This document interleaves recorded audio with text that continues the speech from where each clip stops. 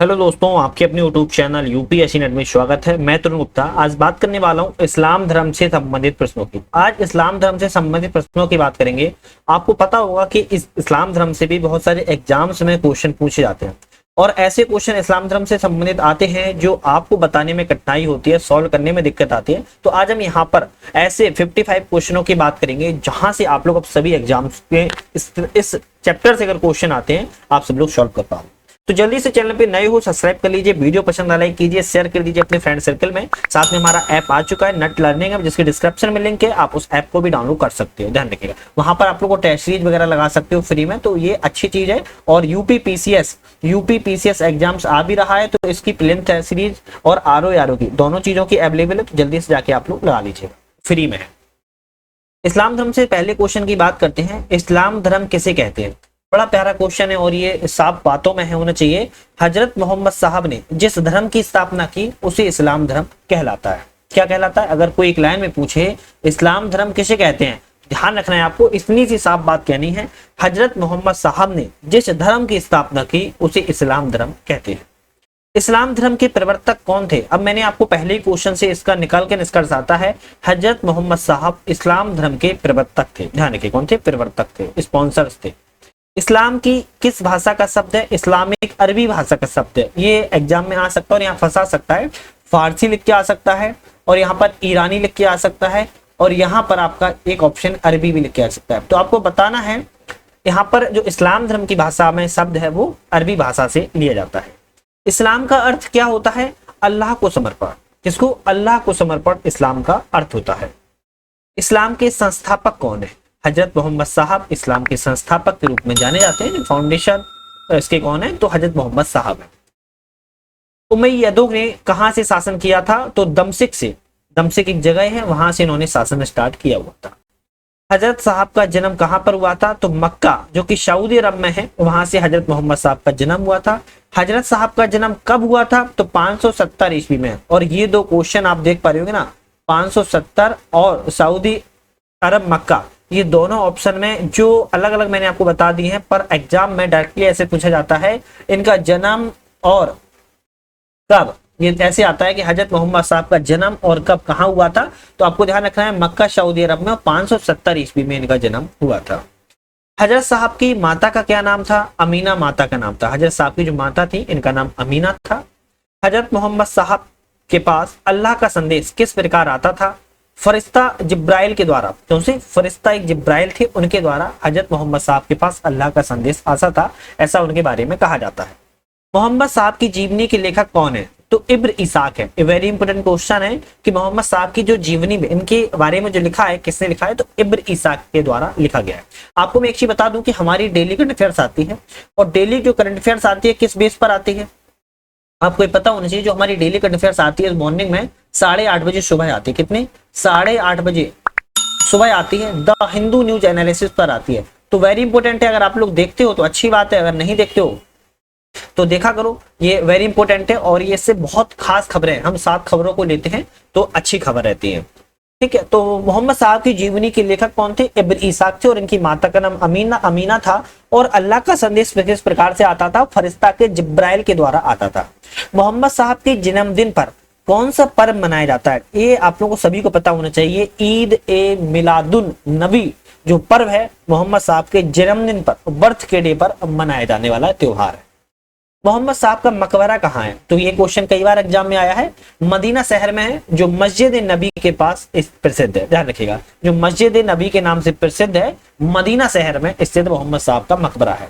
हजरत साहब के पिता का क्या नाम था? अब्दुल्ला था। इनकी माता का नाम ध्यान रखना है, अगर माता का नाम पूछा जाए तो अमीना था। क्या नाम था? अमीना था। अगर फिदा का फादर का नाम पूछा जाए तो अब्दुल्ला था। तो दोनों आ से था, तो ऐसे आप लोग याद कर सकते हो, ठीक है। हजरत साहब का पालन पोषण किसने किया था? दादा और चाचा ने। किसने? दादा और चाचा ने हजरत साहब का पालन पोषण किया था। हजरत साहब के दादा का क्या नाम था? इनकी पालन पोषण किया था तो अब्द अल मुतलिब, इनके दादाजी का नाम था अब्द अल मुतलिब। ध्यान रखिए। हजरत मोहम्मद साहब की शादी किस विधवा औरत से हुई थी? खदीजा। कैसे? एक खदीजा नाम की विधवा औरत थी, मोहम्मद साहब की शादी उसी से की गई थी।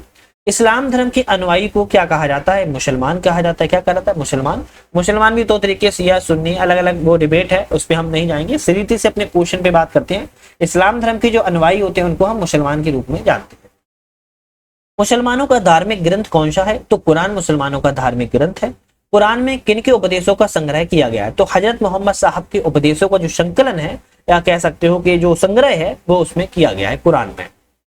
हजरत मोहम्मद साहब के समय अरब साम्राज्य का शासन केंद्र कहाँ था? तो मक्का में था, क्योंकि मक्का मदीना ये बहुत इंपॉर्टेंट है, वहां से संबंधित। हजरत मोहम्मद साहब के समय जो अरब साम्राज्य का शासन का जो केंद्र हुआ करता था, मक्का में हुआ करता था।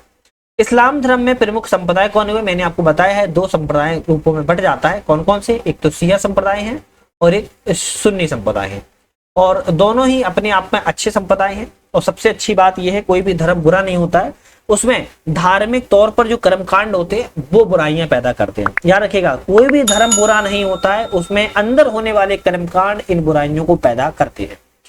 सबका अपना अपना पॉइंट है, इस पे अलग चर्चा हो सकती है। हजरत साहब की पुत्री का क्या नाम था? फातिमा था। तो हजरत साहब की पुत्री थी, उसका नाम फातिमा था। अब जब पुत्री थी तो उनका दामाद भी होगा, तो दामाद का क्या नाम था? तो अली हुसैन था। और अली हुसैन के द्वारा ही किस संप्रदाय की स्थापना की गई है? दोनों में से आप मुझे कमेंट करके बताइएगा। हजरत साहब के दामाद का नाम अली हुसैन था, पुत्री का नाम फातिमा था। हजरत साहब की ज्ञान की प्राप्ति किस गुफा में हुई थी? तो हीरा नामक गुफा में हुई थी। हीरा ऐसा भी लिखा आ सकता है और हीरा ऐसा भी लिखा आ सकता है। हीरा नामक गुफा में हजरत साहब को ज्ञान की प्राप्ति हुई थी। ध्यान रखना है, किसकी? ज्ञान की प्राप्ति हुई। जैसे महात्मा बुद्ध को हुई थी, जैन में महावीर स्वामी को हुई थी, उसी तरीके से हजरत साहब को भी ज्ञान की प्राप्ति हीरा नामक गुफा में की हुई थी। हीरा नामक गुफा कहाँ पे है? मक्का के पास में है। हजरत साहब को ज्ञान कब प्राप्त हुआ था? तो 610 ईस्वी में। हीरा नामक गुफा में 610 ईस्वी में क्या हुआ था? इनको ज्ञान की प्राप्ति हो गई थी। हजरत साहब को किस वर्ष की अवस्था में ज्ञान की प्राप्ति हुई थी? तो 40 वर्ष की उम्र थी इनको, हजरत साहब की, और इनको इस साल 40 वर्ष की अवस्था में ज्ञान की प्राप्ति हुई थी। हजरत किसे कहते हैं? यार क्या हिजरत लिखा है, हालांकि हजरत है। हजरत किसे कहते हैं? हजरत साहब के द्वारा मक्का से मदीना की जो यात्रा को हिजरत कहा जाता है। ध्यान रखिएगा, हिजरत सही लिखा है। हिजरत किसे कहते हैं?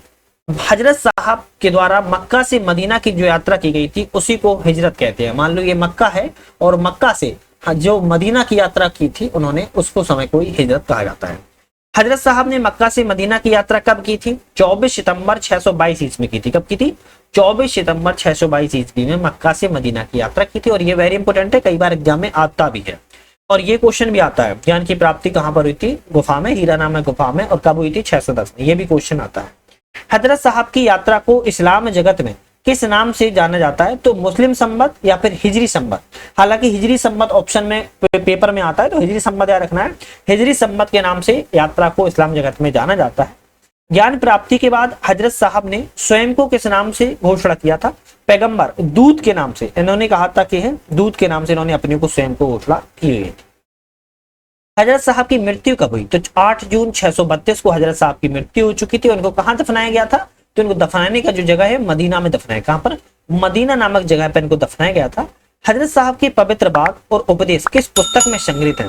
तो हदीस नामक पुस्तक है। कौन सी? हदीस नामक एक पुस्तक है। उस हदीस नामक पुस्तक में जो हजरत साहब के पवित्र वाक्य हैं, शब्द हैं और उपदेश है, उसमें संग्रहित करके रखे गए। इस्लाम में कितने खलीफा हुए हैं? तो 4 खलीफा हुए हैं। पहला हजरत अबू बकर, दूसरा हजरत उमर, तीसरा हजरत उस्मान और चौथा हजरत अली। ध्यान रखना है, ये खलीफा हुए हैं 4, और ये चारों खलीफाओं के नाम आप लोग ध्यान रखिएगा या फिर नोट भी कर सकते हैं।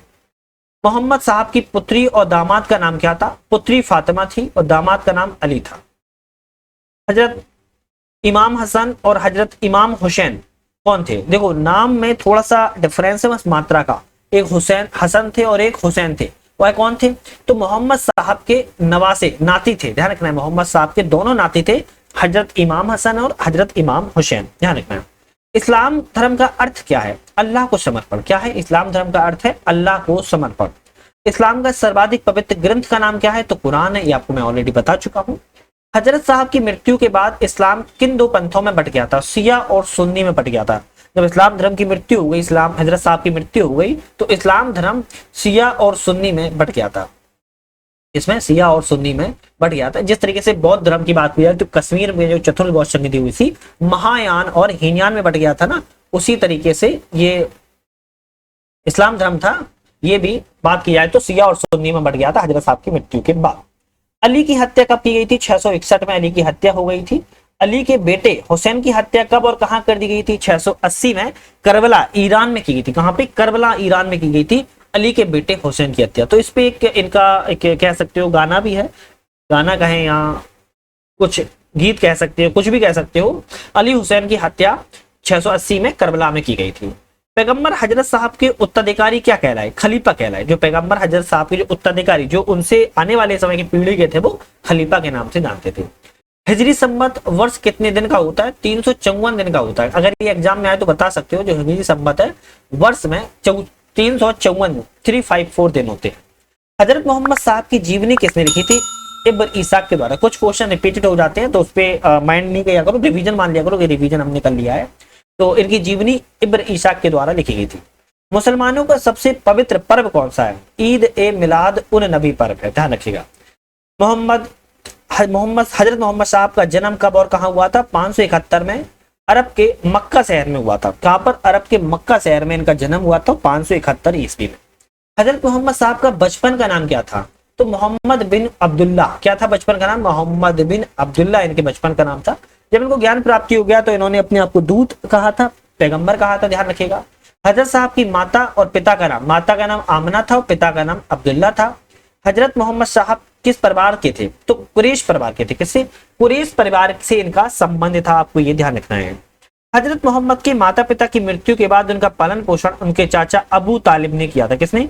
अबू तालिब ने इनका पालन पोषण किया था और दादाजी ने भी किया था। हजरत मोहम्मद के उत्तराधिकारी क्या कहलाते हैं? खलीफा कहलाते हैं। खलीफा 4 हुए थे, चारों के नाम आप मुझे कमेंट करके जल्दी से बताइएगा, मैंने आपको ऑलरेडी बताई है। नबी कैसे कहते हैं? जो अल्लाह का पैगाम संदेश लोगों तक पहुंचाता है उसे हम नबी कहते हैं। क्या कहते हैं? नबी कहते हैं, जो अल्लाह का पैगाम संदेश लोगों तक पहुंचाता है। और रसूल किसे कहते हैं? जो नबी को रसूल कहते हैं। उस नबी को रसूल कहा जाता है जिस पर फरिश्ता जिब्राइल के माध्यम से आसमानी किताब उतरी है। क्या है? जिस पर फरिश्ता जिब्राइल के माध्यम से आसमानी किताब उतरी है उसे हम रसूल कहते हैं, याद रखिएगा। तो नबी अल्लाह का पैगाम संदेश पहुंचाने वाला होता है। और खलीफा के जो 4 हुए हैं और मोहम्मद के उत्तराधिकारी, जिन खलीफाओं के नाम आपको चारों के बताने हैं। तो आज यहाँ पर मैंने मोस्ट इंपोर्टेंट क्वेश्चन की बात की है जो एग्जाम के पर्पज से इंपोर्टेंट रहते हैं, आते भी एग्जाम में, ऐसा नहीं है। अगर आप पीवाई के देखते होंगे तो आपने कई सारे क्वेश्चन रिपीटेड भी होंगे। तो इसी तरीके की वीडियो पाने के लिए चैनल पे लाइक शेयर सब्सक्राइब कर दीजिए। आज के लिए धन्यवाद।